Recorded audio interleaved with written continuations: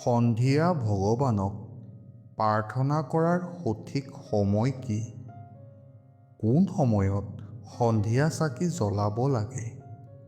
চাকি গছি জ্বলোৱাৰ সময়ত কোনবোৰ নিয়ম এজন মানুহে পালন কৰা উচিত? আপুনি ঘৰতেই হওক বা আপোনাৰ ব্যৱসায়িক প্ৰতিষ্ঠান বা কাৰ্যালয়তে হওক, সন্ধিয়া কিমান সময়ত চাকি জ্বলাব আৰু কোনকেইটা নিয়ম আপুনি পালন কৰিব, সেই কথা আজি মই এই ভিডিঅ'টোত উল্লেখ কৰিম। যদি আমি সন্ধিয়া চাকি জ্বলাওঁ, তেন্তে আমি গা ধুব লাগিবনে? গা নোধোৱাকৈয়ে সন্ধিয়া চাকি জ্বলাব পাৰিমনে? ব্যৱসায়িক প্ৰতিষ্ঠান বা আপোনাৰ কাৰ্যালয়ত যেতিয়া আপুনি চাকি গছি জ্বলাব, কেইগছি চাকি আপুনি প্ৰজ্বলন কৰা উচিত হ'ব? ক'ত ক'ত সেই চাকি কেইগছ ৰাখিব লাগিব? চাকি জ্বলোৱাৰ মন্ত্ৰ কি হ'ব? এই সকলোবোৰ এই ভিডিঅ'টোত থাকিব। ঘৰখনৰ অশান্তি, ঘৰখনৰ সমস্যা দূৰ কৰিবৰ কাৰণে আৰু কিবা বিশেষ মনোকামনা পূৰণৰ কাৰণে আমি চাকি জ্বলাওঁ। আমি ভগৱানক পূজা প্ৰাৰ্থনা কৰোঁ, কিন্তু ঘৰখনৰ সমস্যাবোৰ, দুখ দৰিদ্ৰতাবোৰ, ৰোগ ব্যাধি নোহোৱা হ'বলৈ বা আপোনাৰ বিশেষ মনোকামনা পূৰ্ণ হ'বলৈ আপুনি চাকি গছি কেনেকৈ জ্বলাব লাগিব, কেতিয়াবা এবাৰ ভাবি চাইছেনে? আজি আমাৰ এই ভিডিঅ'টো সম্পূৰ্ণ সন্ধ্যা বন্দনাৰ ওপৰত আধাৰিত। সন্ধিয়াৰ সময়ত কেনেধৰণে ভগৱানক পূজা প্ৰাৰ্থনা কৰিব লাগিব, কেনেধৰণে পূজা আৰাধনা কৰিব লাগিব, কেনেধৰণে চাকি জ্বলাব লাগিব আৰু ক'ত ক'ত চাকি জ্বলাব লাগিব, কেইগছি চাকি জ্বলাব লাগিব, কি নিয়ম পালন কৰিব লাগিব, সকলো আছে এই ভিডিঅ'টিত। আপোনাৰ মনত যিবোৰ প্ৰশ্ন উত্থাপন হৈ থাকে, সেই প্ৰশ্নৰ আধাৰতে আজি আমি এই ভিডিঅ'টো প্ৰস্তুত কৰিছোঁ। আপোনাৰ মনত সৃষ্টি হোৱা প্ৰতিটো প্ৰশ্নৰ উত্তৰ শাস্ত্ৰসন্মতভাৱে আজি মই এই ভিডিঅ'টোত দিবলৈ চেষ্টা কৰিম। গতিকে এই ভিডিঅ'টোৰ প্ৰতিটো কথা আপুনি খুব মন দি শুনিব। আহক প্ৰথমে আমি কথা পাতোঁ সন্ধিয়া যেতিয়া আপুনি চাকি জ্বলায়, সন্ধিয়া যেতিয়া আপুনি ভগৱানক পূজা প্ৰাৰ্থনা কৰে, তেতিয়া স্নান কৰাটো জৰুৰী নেকি? গা নোধোৱাকৈ আপুনি চাকি জ্বলাব পাৰিবনে? সেই সন্দৰ্ভত প্ৰথমে আমি আলোচনা কৰোঁ। বহুতে পূজা প্ৰাৰ্থনা কৰিবৰ সময়ত নিশ্চয় স্নান কৰিবলৈ এলাহ কৰে, কিন্তু গা নোধোৱাকৈ চাকি জ্বলালে কিবা হ'ব নেকি? আপোনাৰ মনত নিশ্চয় এই চিন্তাটো আছে। এই প্ৰশ্নটোৰ উত্তৰ মই শাস্ত্ৰসন্মতভাৱে আপোনাক দিব বিচাৰিছোঁ। শাস্ত্ৰৰ মতে পূজা প্ৰাৰ্থনাত পবিত্ৰতাটো খুবেই জৰুৰী। যেতিয়া আমি পুৱা ভগৱানক পূজা প্ৰাৰ্থনা কৰোঁ, আমি স্নান কৰাটো অতি আৱশ্যক, কাৰণ ৰাতিপুৱা আপুনি স্নান নকৰাকৈ পূজা প্ৰাৰ্থনা বা ধৰ্মীয় অনুষ্ঠান কৰাটো একেবাৰে অনুচিত। কিন্তু সন্ধিয়াৰ সময়ছোৱাত ইয়াৰ কিছু শিথিলতা আছে। সেইবাবে ৰাতিপুৱা যদি আপুনি স্নান কৰি চাকি জ্বলালে, তাৰ পিছত যদি আপোনাৰ শৌচ কৰিব লগা হোৱা নাই, তেন্তে আপুনি হাত মুখ ধুই সন্ধিয়াৰ পূজাভাগ কৰিব পাৰিব। এইটো জৰুৰী নহয় যে আপুনি স্নান কৰিবই লাগিব। আপুনি ইচ্ছা কৰিলে আপোনাৰ বস্ত্ৰ সলাব পাৰে, নহ'লে আপুনি কেৱল হাত ভৰি ধুই মুখখন কুলকুলি কৰি আপুনি ভগৱানক পূজা প্ৰাৰ্থনা কৰিব পাৰিব। গতিকে এটা কথা আপোনালোকক স্পষ্ট কৰি কৈছোঁ, ৰাতিপুৱা গা ধুই আপুনি পূজা প্ৰাৰ্থনা কৰিব আৰু তাৰ পিছত যদি আপোনাৰ শৌচ হোৱা নাই, আপুনি সন্ধিয়ালৈ যদি মানুহজন একেবাৰেই শুচি হৈ আছে, তেন্তে সেই ক্ষেত্ৰত আপুনি পোছাক সলনি কৰিও ভগৱানক প্ৰাৰ্থনা কৰিব পাৰিব। অন্যথা আপুনি হাত ভৰি ধুই মুখখন কুলকুলি কৰি ভগৱানক প্ৰাৰ্থনা কৰিব পাৰিব। যদি আপুনি সন্ধিয়া গা ধুব নোৱাৰে, তেন্তে দিনৰ দিনটো আপুনি পবিত্ৰতা বজাই ৰাখিব লাগিব। ময়লা যাতে নালাগে আৰু যেতিয়া আপুনি বাথৰুমলৈ যাব, সেইখিনি সময়ত শুদ্ধিকৰণৰ বিষয়ে ধ্যান দিব লাগিব। যদি আপুনি প্ৰস্ৰাৱ কৰিছে, তেন্তে ভৰিৰ পতা আৰু মুখখন কুলকুলি কৰিব।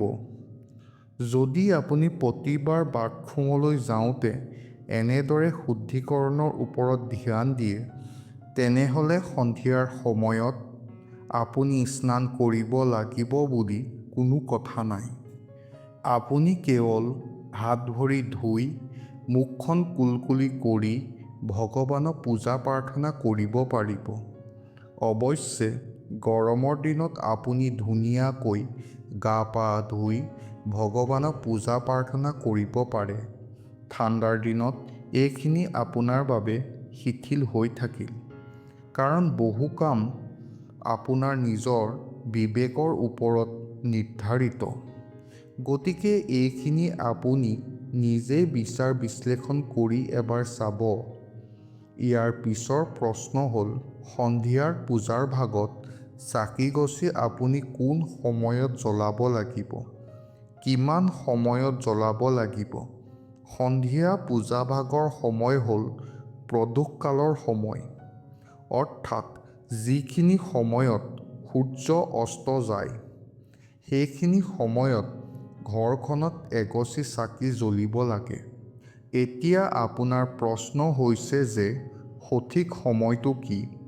সন্ধিয়া সূৰ্যাস্তৰ সময় বতৰৰ অনুকূলে বেলেগ বেলেগ হয়। ঠাণ্ডাৰ দিনত কিছু সোনকালে সূৰ্যাস্ত হয়। প্ৰায় 5:30 বজাৰ ভিতৰত সূৰ্যাস্ত নিশ্চিতভাৱে হৈ যায়। আকৌ গৰমৰ দিনত 5:30 বজালৈকে একেবাৰে পোহৰ হৈ থাকে। যদি আপুনি ঠাণ্ডাৰ দিনৰ সন্ধিয়াৰ সময়ত চাকি-গছি জ্বলাবলৈ বিচাৰিছে, তেন্তে মই আপোনাক 5:45 পৰা 6 বজাৰ সময়খিনি আপোনাৰ বাবে উত্তম হ'ব বুলি কম।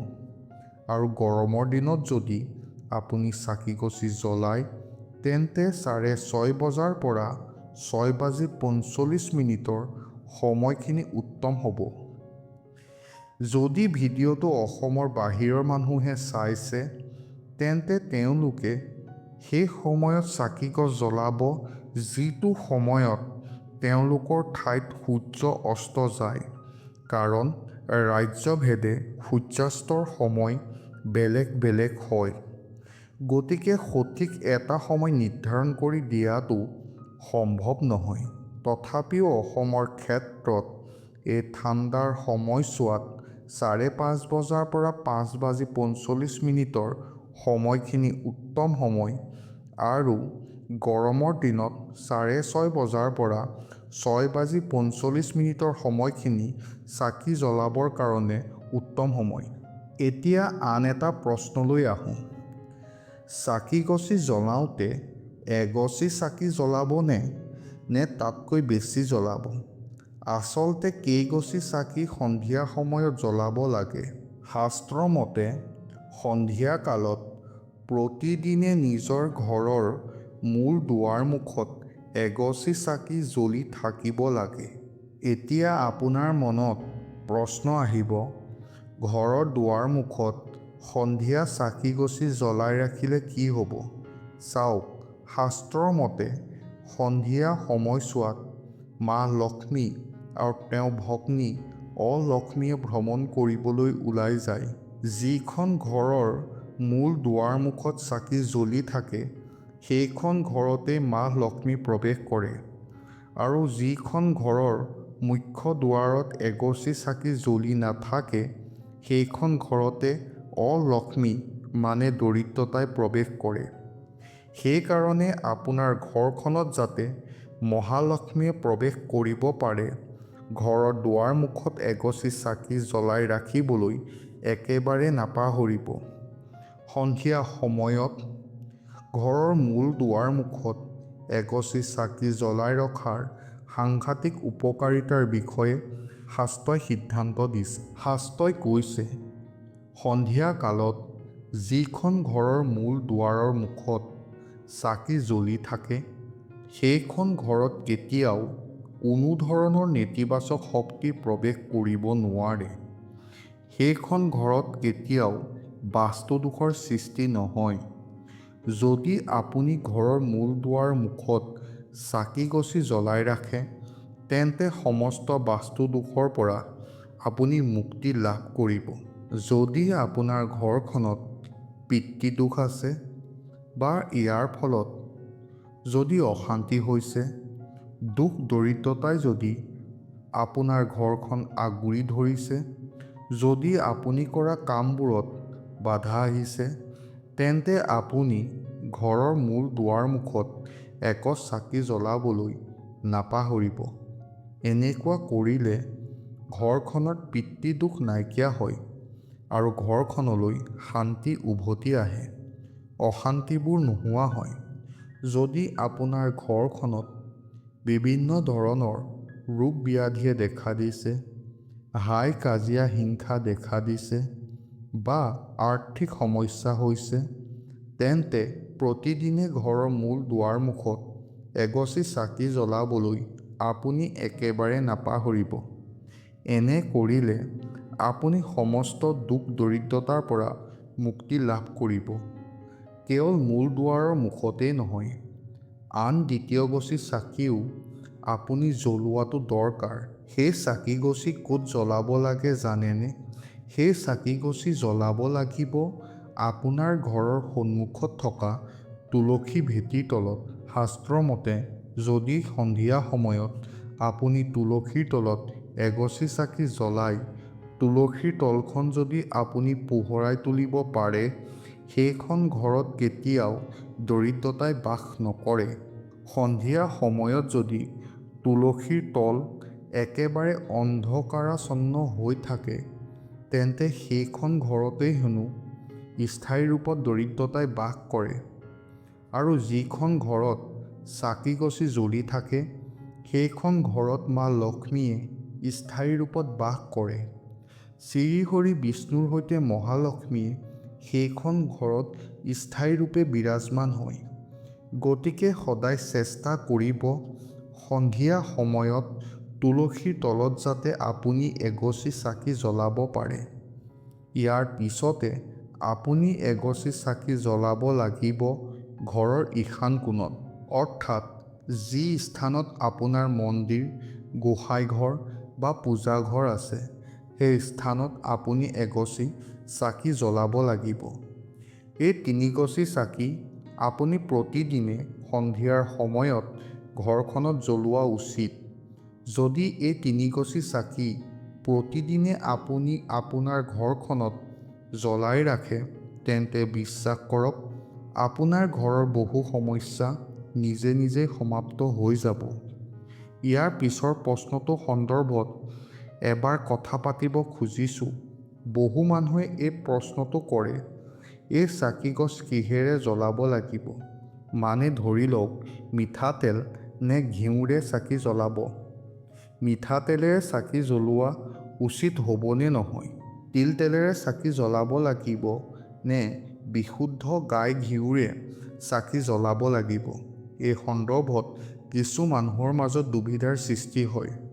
শাস্ত্ৰৰ মতে মিঠাতেলৰ চাকি সকলো স্থানত প্ৰজ্বলন কৰিব নালাগে।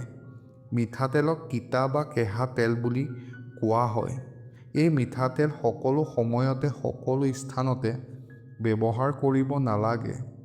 কিন্তু আমি অজ্ঞানতাৰ বাবে যিকোনো স্থানত মিঠাতেলৰ চাকি জ্বলাওঁ। শনিবাৰৰ কাৰণে আপুনি যদি দীপদান কৰিছে, শনিবাৰৰ দিনা আপুনি মিঠাতেলৰ চাকি প্ৰজ্বলন কৰা উচিত। আপুনি যদি আহঁত গছৰ তলত চাকি জ্বলাব খুজিছে, তেন্তে সেই স্থানত আপুনি মিঠাতেলৰ চাকি প্ৰজ্বলন কৰা উচিত। ভৈৰৱ দেৱতাৰ ওচৰত আপুনি মিঠাতেলৰ চাকি প্ৰজ্বলন কৰিব পাৰে। ইয়াৰ উপৰিও আন কোনোবা স্থানত মিঠাতেলৰ চাকি জ্বলাব লাগে বুলি শাস্ত্ৰত কিন্তু সিদ্ধান্ত দিয়া নাই। শাস্ত্ৰৰ মতে কোনো দেৱতাক যদি আপুনি এগছি চাকি অৰ্পণ কৰিছে, তেন্তে গাইৰ বিশুদ্ধ ঘিউৰে আপুনি সেই চাকিগছি জ্বলোৱা উচিত। কিন্তু সকলো সময়তে আপুনি গাইৰ বিশুদ্ধ ঘিউৰ চাকি গোটাব নোৱাৰিব পাৰে। যদি আপুনি বিশুদ্ধ ঘিউৰ চাকি নাপায়, তেন্তে আপুনি কি কৰা উচিত? তেনেকুৱাত গাইৰ বিশুদ্ধ ঘিউৰ নামত আপুনি যি ঘিউ পাব, সেই ঘিউকে শুদ্ধ বুলি ভাবি চাকিগছি জ্বলাব। আৰু যদি ইচ্ছা কৰে, তেন্তে আপুনি তিল-তেলৰ চাকিও প্ৰজ্বলন কৰিব পাৰে। গতিকে আপুনি প্ৰতিদিনে ঘৰত যি কেইগছি চাকি জ্বলাব, সেয়া ঘৰৰ মুখ্য দুৱাৰতে হওক, ঈশান কোণৰ পূজাঘৰ, মন্দিৰ বা গোসাঁই ঘৰতেই হওক বা তুলসী তলতেই হওক, সেই চাকিগছি আপুনি তিল-তেলেৰে জ্বলাব পাৰে বা বিশুদ্ধ ঘিউৰে জ্বলাব পাৰে। যাৰ যেনেকৈ সুবিধা, আপুনি তেনেকৈ সেই চাকিগছি জ্বলাব পাৰিব।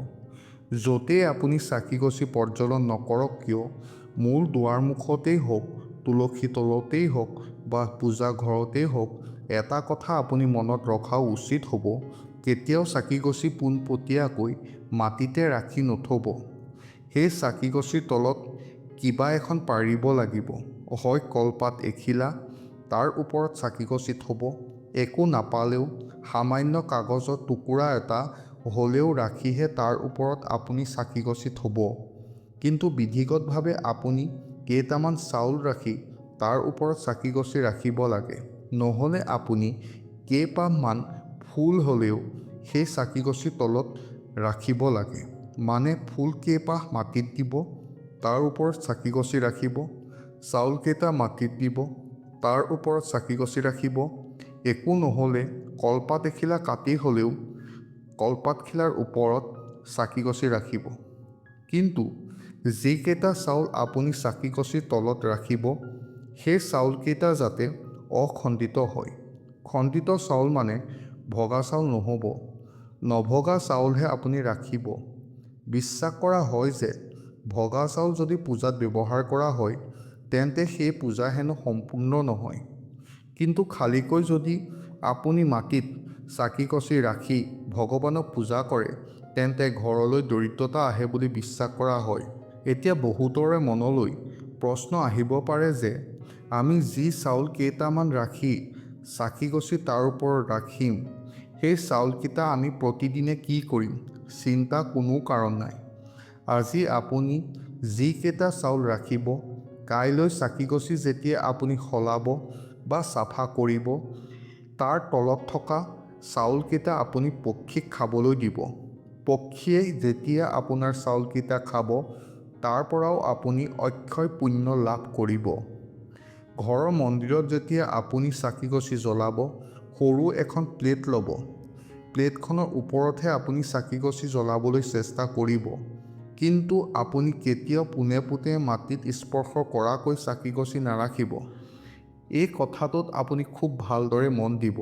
এতিয়া আপোনাৰ মনলৈ প্ৰশ্ন আহিব পাৰে, সন্ধিয়া পূজা কৰিলে কি মন্ত্ৰ উচ্চাৰণ কৰিম? কোনভাগ মন্ত্ৰ জপ কৰিম? চাকি জ্বলোৱাৰ মন্ত্ৰ কি? সন্ধিয়া চাকিগছি জ্বলোৱাৰ সময়ত আপুনি যিকোনো মন্ত্ৰ জপ কৰিব পাৰে। একো মন্ত্ৰ যদি আপুনি নাজানে, তেন্তে এভাগ প্ৰাৰ্থনাও আপুনি গাব পাৰে, ঘোষা গাব পাৰে বা বিষ্ণু মন্ত্ৰ জপ কৰিব পাৰে। আপুনি যিজন ইষ্ট দেৱতাক পূজা প্ৰাৰ্থনা কৰে, তেওঁৰে মন্ত্ৰ জপ কৰিব পাৰে। মহাবলী হনুমানক পূজা প্ৰাৰ্থনা কৰিলে হনুমান চালিচা পাঠ কৰক। ভগৱান শিৱক পূজা প্ৰাৰ্থনা কৰিলে আপুনি মহামৃত্যুঞ্জয় মন্ত্ৰ জপ কৰক। ভগৱান শ্ৰীকৃষ্ণ নাৰায়ণক পূজা প্ৰাৰ্থনা কৰিলে আপুনি এভাগ প্ৰাৰ্থনাও গাব পাৰে, বিষ্ণু মন্ত্ৰ জপ কৰিব পাৰে। বা দুৰ্গা চালিচা পাঠ কৰিব পাৰে। এনেদৰে আপুনি যিকোনো এভাগ মন্ত্ৰ জপ কৰি ভগৱানক পূজা প্ৰাৰ্থনা কৰিব পাৰে। শাস্ত্ৰই কৈছে, মৌন হৈ কেতিয়াও ভগৱানক পূজা প্ৰাৰ্থনা কৰিব নালাগে। যিকোনো শুভ কৰ্ম মন্ত্ৰোচ্চাৰণ হ'লেহে সেই শুভ কৰ্ম সম্পূৰ্ণ হয় বুলি বিশ্বাস কৰা হয়। সেইকাৰণে মন্ত্ৰ উচ্চাৰণ কৰাটো অতি আৱশ্যক। আশা কৰিছোঁ চাকি-গছি জ্বলোৱাৰ পূৰ্বে আপোনাৰ মনত যিবোৰ প্ৰশ্ন আহে সেই প্ৰশ্নৰ সঠিক উত্তৰ আমি দিব পাৰিছোঁ। যদি এই সন্দৰ্ভত আপোনাৰ কিবা জানিব লগা আছে তেন্তে কমেণ্ট কৰি আমাক জনাব পাৰিব। ভিডিঅ'টো যিমান পাৰে সিমান শ্বেয়াৰ কৰি দিব যাতে সকলোৱে শুদ্ধভাৱে চাকি-গছি জ্বলাব পাৰে। আৰু ভিডিঅ'টোৰ সন্দৰ্ভত আপোনাৰ মতামত আমাক কমেণ্ট কৰি জনাব। এনেধৰণৰ ভিডিঅ' নিয়মিত পাবৰ বাবে আমাৰ চেনেলটো এবাৰ ছাবস্ক্ৰাইব কৰি দিব। ধন্যবাদ।